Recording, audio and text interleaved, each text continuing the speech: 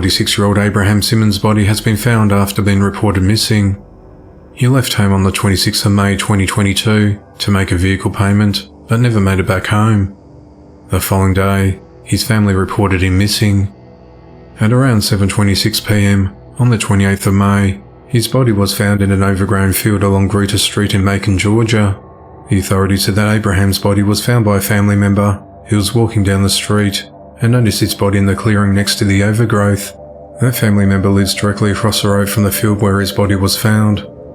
An autopsy will be completed later this week to determine if the manner of Abraham's death was self-inflicted or a homicide, as the investigation into the matter continues. 21-year-old Shima Harrington fatally shot 31-year-old Erica Pina. The incident occurred at around 1:50 a.m. on the 29th of May 2022, when officers responded to reports of shots fired at a residence within the apartment complex located at 4651 Oakwood Drive in Odessa, Texas. When officers arrived at the apartment, they found Erica suffering from a gunshot wound to her upper torso. She was transported to the medical center hospital, where she succumbed to her injuries. Shima was arrested and charged with murder and aggravated assault with a deadly weapon, and is held at the Ector County Jail. The authorities have learnt that there was an altercation in the apartment complex just prior to the shooting. The investigation into the matter continues. On the 27th of May 2022, 20-year-old Daquan Dickerson was sentenced to life in prison for murdering 17-year-old Emily Shoemaker over a $120 drug deal gone wrong. The incident occurred on the 12th of December 2019, when Emily reached out to 20-year-old Sterling France over Snapchat, who was the middleman in the drug deal that worked for Daquan, whom she inquired about buying 1/4 ounce of weed from for $120.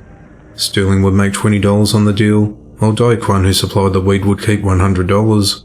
Sterling arranged to meet Emily in a green 2007 Kia Soul SUV outside the front of his home in the 400 block of North Newberry Street in York, Pennsylvania, across the road from Farquhar Park.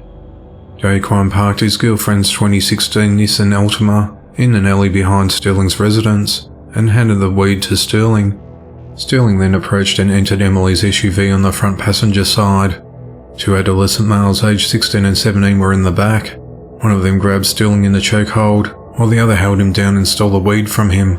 Sterling managed to break free and ran back to Daquan and told him that he was robbed. Daquan was furious over the loss, and they both got into his girlfriend's grey car and went after Emily after she drove off. Daquan caught up to her and began repeatedly firing shots out of the passenger window and into the Kia. She sped away before hitting another vehicle, and then crashing into a tree along West College Avenue near Cook's House Lane. At around 5:01 p.m, the authorities rushed to the scene on reports of a shooting, and Emily was rushed to the York Hospital, but died from multiple gunshot wounds. One of her friends suffered a broken arm, while the other was also shot but survived. Daquan fled the scene, but at 1:35 p.m. on the 21st of December 2019, they tracked him down to a hotel located in the 300 block of Arsenal Road, and he was taken into custody. He will serve the rest of his days behind bars for Emily's murder and firearm-related charges. Sterling is still awaiting sentencing on a charge of aggravated assault for starting a chain of events that led to Emily's death.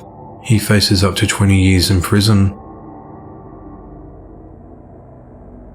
45-year-old Mark Stegel has been arrested for boating under the influence after two boats collided head-on, killing 5 people and injuring 4 others. The incident occurred at around 10:30 a.m. on the 27th of May 2022, near the Oatland Island Wildlife Centre docks where Richardson Creek and Wilmington River meet in Savannah, Georgia. Witnesses told the authorities that 2 centre console boats carrying 9 combined passengers, 6 in one vessel and 3 in the other, crashed into each other head-on while travelling in opposite directions. 2 people were announced dead at the scene, while 3 were initially missing. Emergency responders arrived at the scene, began looking for the missing victims using scan sonar and divers. 2 helicopters were also used to aid in the search. By 9 a.m. the following morning, divers had managed to locate and recover the 3 victims' bodies, which were found in 14 feet deep water in close proximity to each other. The other 4 passengers suffered various injuries and were transported to the Memorial Health Medical Center in Savannah. It's unclear if Mark will face any further charges in his alleged role in the fatal crash, as the investigation into the matter continues.